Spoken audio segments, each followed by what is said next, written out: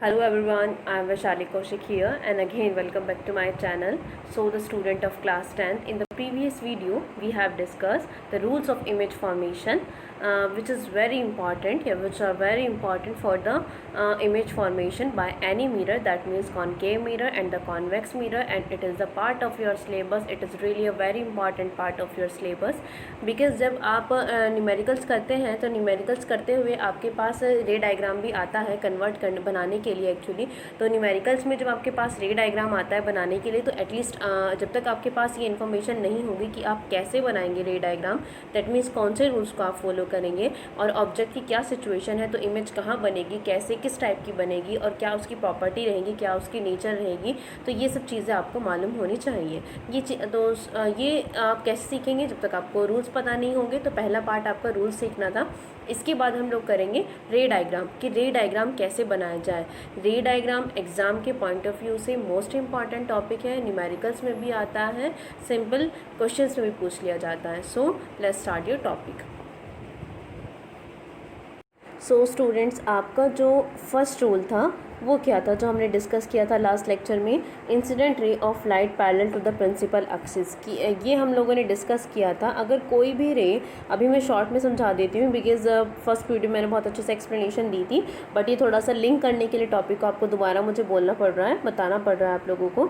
तो ये आपका मिरर था और ये आपकी प्रिंसिपल एक्सिस है। दैट मीन्स अगर कोई भी इंसिडेंट रे पैरेलल आती है तो रिफ्लेक्शन के बाद वो क्या हो जाती है, फोकस से होकर जाती है। ये आपका फर्स्ट रूल था। And just vice versa of this rule, आप इसमें क्या कहेंगे, अगर कोई भी रे फोकस से जाती है तो रिफ्लेक्शन के बाद वो क्या हो जाती है, पैरेलल हो जाती है। So these are the two rules. Now what is the third rule? Third rule is if a ray goes to the centre of curvature, है ना, सेंटर ऑफ कर्वेचर से अगर वो जाएगी, ये जाती है, if any ray goes to the point of surface point to the point of centre of curvature of any spherical mirror, अगर कोई भी रे किससे जा रही है, सेंटर ऑफ कर्वेचर से जाती है किसी भी मिरर के, तो वो अपने पाथ को क्या करती है, रिट्रेस करती है। दिस इज़ द डायरेक्शन, ठीक है, this is the direction of incident ray and this is the direction of reflected ray. These are the three most important rules, ठीक है। ये आपके तीन इंपॉर्टेंट रूल हैं जिनका हम यूज़ करेंगे, ठीक है। अब हम आगे चलते हैं आज के नेक्स्ट टॉपिक पर। तो नेक्स्ट टॉपिक क्या है हमारा, ये हमने आपको एक्सप्लेनेशन दे दी थी पहले, ये सब कुछ हो चुका है आपका point. Now see this table, actually I think ये टेबल आपकी एनसीईआरटी बुक में भी अवेलेबल है, आप वहाँ पे भी देख सकते हैं, ठीक है। तो आपको पहले टेबल सही से पता होनी चाहिए कि टेबल, वैसे तो अगर आप प्रैक्टिस करेंगे इमेज फॉर्मेशन की तो आप वैसे भी सीख सकते हैं, और अगर आप टेबल के थ्रू करना चाहते हैं तो मतलब आप कैसे भी कर लीजिए, आपको ये टेबल याद करनी ही होगी, याद करें या ना करें, अगर आप प्रैक्टिस करेंगे तो आपको वैसे भी हो जाएगी याद, ज़रूरी नहीं है कि याद करनी ही है। जब आप किसी चीज़ की प्रैक्टिस करते हैं तो वो आपको खुद ही चीज़ याद हो जाती है, तो याद होने का भी कोई बहुत मुश्किल नहीं है, इसमें आप आराम से कर लेंगे। तो यहाँ पर सिचुएशन देख लीजिए, हमारे पास 6 सिचुएशन होती हैं। 6 सिचुएशन किसके लिए, पहली पोजीशन के लिए सिचुएशन हम देखेंगे, क्योंकि ऑब्जेक्ट जहाँ भी रखा होगा उसी के अकॉर्डिंग रे डायग्राम बनेगा। कि अगर आपकी जो यहाँ पर हम बात करें ये ऑब्जेक्ट कहाँ रखा हो, इन्फिनिटी पर, तो जो पोजीशन रहेगी ऑब्जेक्ट की वो कहाँ रहेगी, फोकस पे, मतलब इमेज कहाँ बनेगी, फोकस पर, ठीक है। और कैसी बनेगी, रियल होगी और इन्वर्टेड होगी। अब रियल और इन्वर्टेड आप अच्छे से जानते हैं, रियल सिचुएशन क्या होती है, नेचर ऑफ इमेज में हमने पहले ही डिस्कस कर लिया था कि रियल क्या होती है और वर्चुअल क्या होती है, ठीक है। और रियल इमेज हमेशा क्या होती है, इन्वर्टेड, दैट मीन्स अपोजिट, उल्टी बनती है हमेशा, और हाईली डिमिनिस्ड, ठीक है, हाईली डिमिनिस्ड होती है। Relative size of the image क्या बताएंगे कि हाईली डिमिनिस्ड है, हाईली डिमिनिस्ड। इसके बाद आपका सेकंड पॉइंट क्या हो जाएगा, देखिए इन्फिनिटी सबसे लास्ट वाला पॉइंट होता है। अगर हम बात करें तो इन्फिनिटी बिल्कुल दूर की बात हो गई है। जैसे फॉर एग्जांपल आप किसको देखने लगे, स्टार्स को, सन को, मून को आप देखने लगे, तो ये जो ऑब्जेक्ट हो गई आपके लिए इन्फिनिटी पर है। अब बात करेंगे beyond the centre of curvature. अगर हमने पॉइंट डिस्कस किए थे तो ये हमारा पोल होता है, ये हमारी फोकस होती है, ये हमारा सेंटर ऑफ कर्वेचर होता है। और बियॉन्ड का मतलब सेंटर ऑफ कर्वेचर से कहीं पीछे, सेंटर ऑफ कर्वेचर से पीछे कहीं भी रखा होगा आपका ऑब्जेक्ट, तो आपकी जो इमेज बनेगी वो कहाँ बनेगी, एफ और सी के मिड में, ठीक है। यहाँ पर आपकी इमेज फॉर्मेशन होगी और ये भी क्या होगी, रियल और इन्वर्टेड, और ये क्या होगी, डिमिनिस्ड होगी। ठीक है, ये भी इसका जो साइज़ होगा वो डिमिनिस्ड होगा इन कंपैरिजन ऑफ ऑब्जेक्ट। ठीक है, सेंटर ऑफ कर्वेचर पर अगर कोई ऑब्जेक्ट रखा हो, अब हम बात करते हैं थर्ड पॉइंट की। थर्ड पॉइंट क्या है हमारा कि सेंटर ऑफ कर्वेचर पर अगर कोई भी ऑब्जेक्ट रखा हो, ये आपका सेंटर ऑफ कर्वेचर, अगर ऑब्जेक्ट यहीं रखा है तो इमेज भी आपकी सेंटर ऑफ कर्वेचर पर ही बनेगी। अब अगर आप एक चीज़ ध्यान से देख रहे हैं या फिर आप नोटिस कर रहे हैं, आप इस चीज़ को ध्यान से देखिएगा, एक चीज़ नोटिस करिए यहाँ पर कि ये ऑब्जेक्ट है, सॉरी ये मिरर है आपका। आप ऑब्जेक्ट को क्या कर रहे हैं, आप ऑब्जेक्ट को दूर से कहाँ ला रहे हैं, थोड़ा पास लेकर आते रहे हैं। पहले कहाँ पर रखा था, इन्फिनिटी पर, फिर आप कहाँ लेकर आए, beyond the centre of curvature, फिर आप कहाँ पर लेकर आए, सेंटर ऑफ कर्वेचर। तो जब आपकी ऑब्जेक्ट कहाँ पर था, इन्फिनिटी पर, तो इमेज कहाँ बन रही थी, फोकस पे। जब आपका object beyond the centre of curvature था तो फिर इमेज कहाँ बन रही है, बियॉन्ड सी एंड एफ, मतलब पहले इमेज यहाँ बनी, फिर इमेज यहाँ बन गई, और अब जब आप ऑब्जेक्ट को सेंटर ऑफ कर्वेचर पर लिए तो इमेज भी यहाँ बन गई। दैट मीन्स जैसे जैसे आप ऑब्जेक्ट को पास लेकर आते जा रहे हैं कॉनकेव मिरर के, तो यहाँ पर क्या आता जा रहा है, इमेज शिफ्ट होती जा रही है। आप ऑब्जेक्ट को आगे की तरफ लेते जा रहे हैं, इमेज इस साइड शिफ्ट होती जा रही है। इस चीज़ को आप ध्यान से देखेंगे, मतलब एक चीज़ को आगे लेकर जाइए, उन्हीं पॉइंट्स को ध्यान में रखते हुए इमेज को पीछे लेते आइए। ये एक आसान सा तरीका है उसको टेबल को याद करने का, क्योंकि पॉइंट्स वही रहते हैं, पॉइंट्स चेंज नहीं होते। पॉइंट्स कौन कौन से होते हैं, पॉइंट्स वही होंगे जो आपको अभी बताया मैंने, सॉरी पॉइंट्स कौन कौन से होंगे आपके पास, पॉइंट्स होंगे कौन से, ये आपका ऑब्जेक्ट हुआ, सॉरी ये आपका मिरर हुआ, बार बार ऑब्जेक्ट ही निकल रहा है, ये आपका क्या हुआ, मिरर हुआ। और मिरर के लिए ये आपका पहला पॉइंट इन्फिनिटी के बाद दूसरा point beyond the centre of curvature, third point centre of curvature, fourth point between centre of curvature and focus, fifth point focus पर, सिक्स पॉइंट फोकस और पोल के बीच में। तो आप इस तरह ऑब्जेक्ट को रखते चले जाएंगे और उसी तरह से जो इमेज है वो आपकी पीछे की तरफ शिफ्ट होती रहेगी। जैसे इन्फिनिटी पर जब आपने कहा तो कहाँ बना, फोकस पर, ये आपका एफ पॉइंट है, तो ये बना फोकस पर। ठीक है, ये बनी आपकी इमेज कहाँ पर, फोकस पर, ये पॉइंट आपका फोकस हो जाता है, ये वाला पॉइंट। ठीक है, ये आपका फोकस हुआ। फिर आपने क्या किया, beyond the centre of curvature. Beyond the centre of curvature जब आपने किया तो कहाँ पर बनी इमेज, बिटवीन एफ एंड सी। अगर ये आपका एफ है तो हमने इसको सी मान लिया, जब हमने इसको सी माना तो यहाँ पर बन गई आपकी इमेज। ठीक है, फिर आपने क्या कहा कि हम तो कहाँ पर रख रहे हैं, सेंटर ऑफ कर्वेचर पर, तो आपकी इमेज कहाँ बनी, सेंटर ऑफ कर्वेचर पर। फिर आप कहाँ पर लेके गए, बिटवीन सी एंड एफ। अब आपने कहाँ रखा ऑब्जेक्ट को, बिटवीन सी और एफ, तो इमेज कहाँ शिफ्ट हो गई, और आगे beyond the centre of curvature. अब आप कहाँ पे रखेंगे, फोकस पे, तो कहाँ बनेगी, इन्फिनिटी पर। फिर जब आप आगे लास्ट वाला केस डिफर होता है, जब आप फोकस और पोल के बीच में ऑब्जेक्ट को रखते हैं तो इमेज कहाँ बनती है, in front of the mirror. ये सबसे अलग केस है इसका, और ये रियल और इन्वर्टेड नहीं होती, ये वर्चुअल और इरेक्ट होती है। क्यों, क्योंकि क्या बनती है, ये सीधी बनती है ना, और आपका मिरर के कहाँ बन रही है, behind the concave mirror, mirror के पीछे बन रही होती है। ठीक है, मतलब अगर आप इसकी बात करेंगे तो आपको वैसे तो है ये मिरर के पीछे, क्योंकि ये मिरर का केस है तो मिरर की ये कहा जाता है, इसके ये वाली जो कंडीशन होगी ये इसके पीछे वाली कंडीशन होगी, मिरर के पीछे बन रही है। ठीक है, वर्चुअल और इरेक्ट बनेगी। तो ये तो कुछ एक समरी सी थी जो मैंने आपको दी है, आप एक बार अपनी इस टेबल को चेक कर सकते हैं, जिसके 3 केस मैंने आपके साथ अच्छे से डिस्कस किए हैं, फर्स्ट, सेकंड और थर्ड। अभी इन्हीं की हम इमेज फॉर्मेशन देखेंगे कि अगर ऑब्जेक्ट इन्फिनिटी पर हो, beyond the centre of curvature हो, या सेंटर ऑफ कर्वेचर पर हो, तो इमेज की जो पोजीशन है वो क्या रहेगी, नेचर रियल और इन्वर्टेड रहेगी, रिलेटिव साइज क्या रहेगा, highly diminished and same size as that of the object. ठीक है, ये चीज़ें आपको याद एक तरीके से रखनी ही हैं। ठीक है, आप इनको याद रखेंगे तो आपके लिए न्यूमेरिकल सॉल्व करना भी ईजी होगा, वो बहुत अच्छे से आप कर पाएंगे। ठीक है, तो चलिए फिर आगे की तरफ चलते हैं। 6 केसेस हैं इसके, अभी हम 3 केसेस को मैंने आपके सामने यहाँ पर दिखाया। अब इसकी रे डायग्राम आप कैसे बनाएंगे हम वो देखते हैं पहले। ठीक है, चलिए स्टार्ट करते हैं।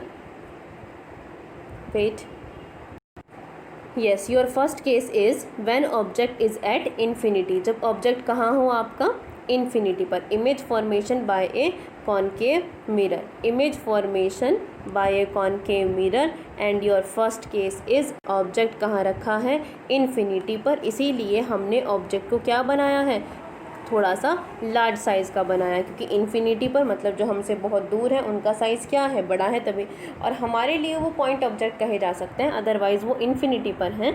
तो ऐसा नहीं है कि वो हमारे लिए छोटे हैं तो उनका साइज़ छोटा हो गया है। आपको पता है कि सन का साइज़ क्या होता है, मून का साइज़ क्या होता है, स्टार्स का साइज़ क्या होता है।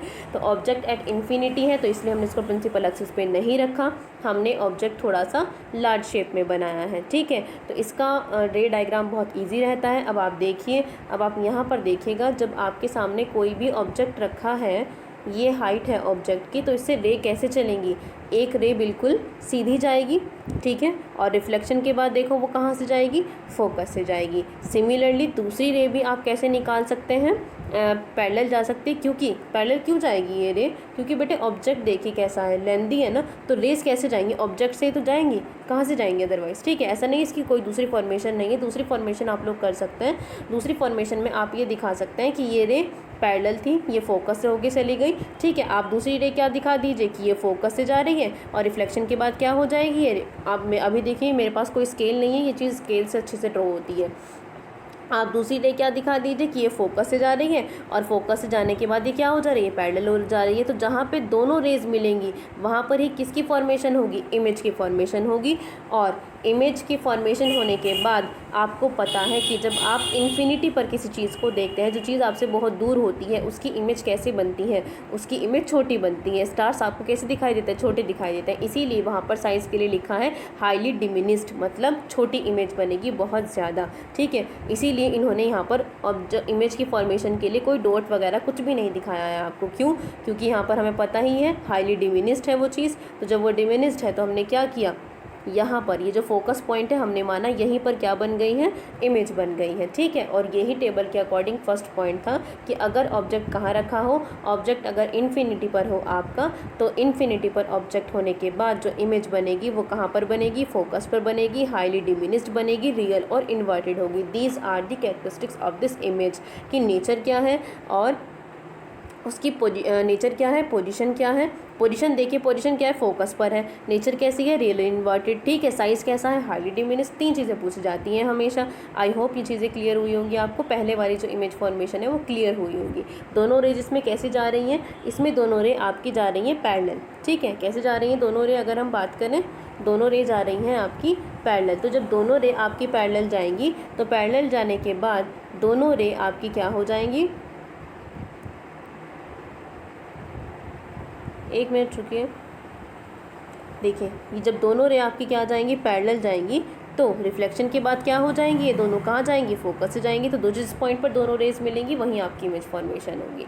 आप इसको दूसरा रूल भी फॉलो कर सकते हैं, ज़रूरी नहीं है आप दोनों रेज को पैरेलल चलाएं, लेकिन पैरेलल इसलिए चला रहे हैं मैंने आपसे बताया, क्योंकि जब आपने प्रिंसिपल एक्सिस के सामने एक लार्ज साइज़ का ऑब्जेक्ट रखा है तो उससे पैरेलल रेज ही तो जाएंगी ना ऑब्जेक्ट से, इस तरह से रेज पैरेलल जाएंगी। इसीलिए हमने 2 रेज ले ली जो रिफ्लेक्शन के बाद किससे जा रही हैं, फोकस से जा रही हैं। ये आसान इमेज फॉर्मेशन है। ठीक है, now come to the next.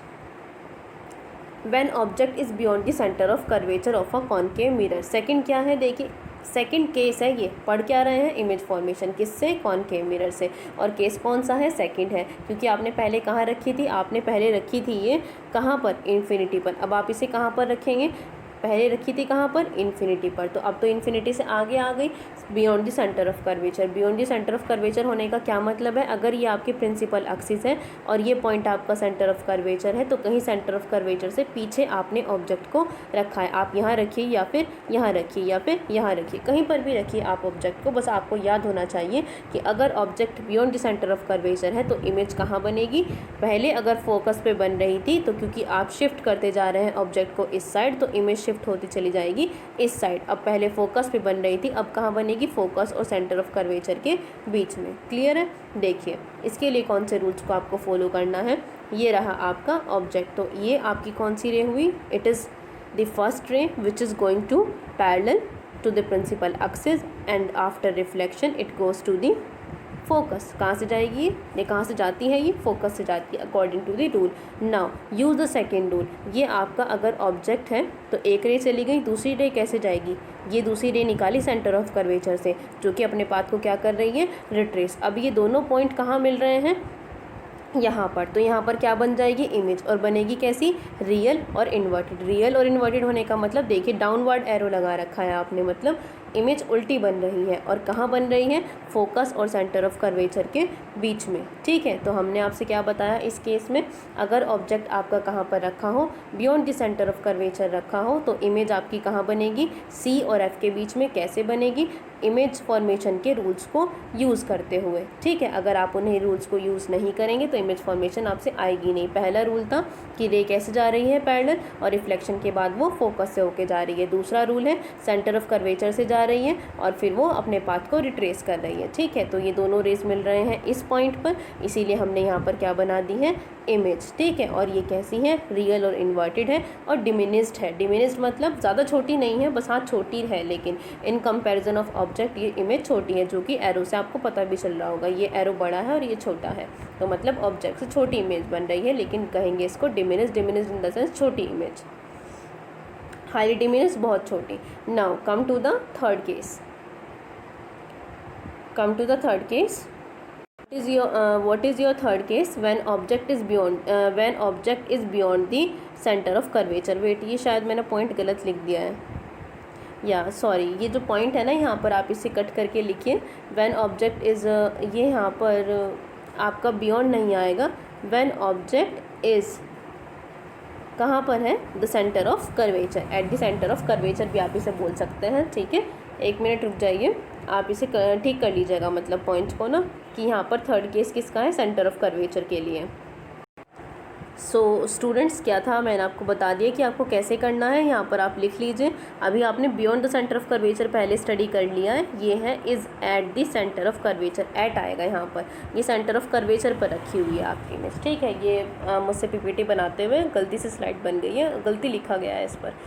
सो आप इसे ठीक कर लेंगे। इस when object is at the centre of curvature, आपको दिखाई भी दे रहा होगा, देखिए ऑब्जेक्ट कहाँ रखा है, सेंटर ऑफ कर्वेचर पे रखा है। ये प्रिंसिपल एक्सिस थी, तो प्रिंसिपल या यहाँ पर सपोज कर लीजिए प्रिंसिपल एक्सिस थी, यहाँ पर एफ लिखा दिखाई दे रहा है आपको, यहाँ पर सी है, और इसी के ऊपर रखा गया है ऑब्जेक्ट। तो जब आपकी इमेज आपके फोकस पे बन चुकी है, यहाँ पर बन चुकी है, तो अब सीधा इमेज कहाँ बनेगी, बिल्कुल सेंटर ऑफ कर्वेचर पे बनेगी। क्यों, आप ऑब्जेक्ट को पास लेकर आते जा रहे हैं कॉनकेव की, तो इमेज भी इस डायरेक्शन में पीछे की तरफ होती जा रही है। ठीक है, अब आप इसे अपनी लैंग्वेज में समझ सकते हैं। आप ऑब्जेक्ट को आगे की तरफ लेके जा रहे हैं, पहले आपने इन्फिनिटी पे रखा, फिर आपने बियॉन्ड किया, फिर आप सेंटर ऑफ कर्वेचर पर लेकर आए, तो कंडीशन के अकॉर्डिंग अब इमेज आपकी वही बनेगी सेंटर ऑफ कर्वेचर पे। तो अब आप इसे याद रखेंगे कि अगर ऑब्जेक्ट सेंटर ऑफ कर्वेचर पे रखा हुआ होगा तो इमेज भी आपकी सेंटर ऑफ कर्वेचर पे ही बनेगी। और ये देखिए आप, जो साइज़ ऑब्जेक्ट का है वो ही साइज़ इमेज का है,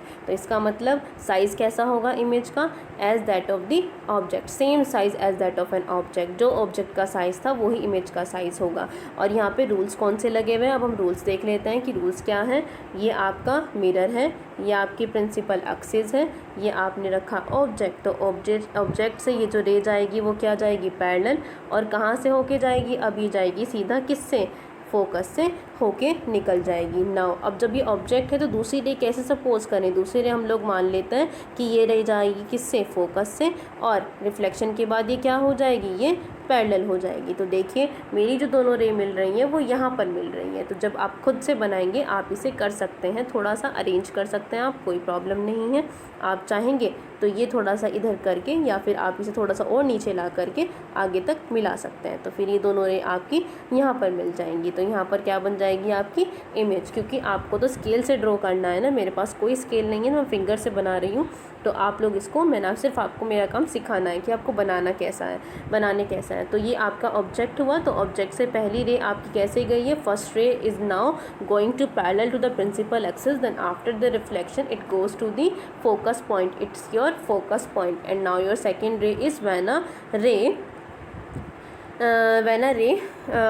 goes to the focus point, then after reflection it becomes parallel to the principal axis। Arrows का आप ध्यान रखेंगे। अब ये जो दोनों रे थी, ये दोनों रे कहाँ पर मिली हैं, इस पॉइंट पर मिली हैं, तो ये जो इमेज फॉर्मेशन होगी रियल और इन्वर्टेड होगी और सेम साइज़ की होगी, ऐसे और ऐसे।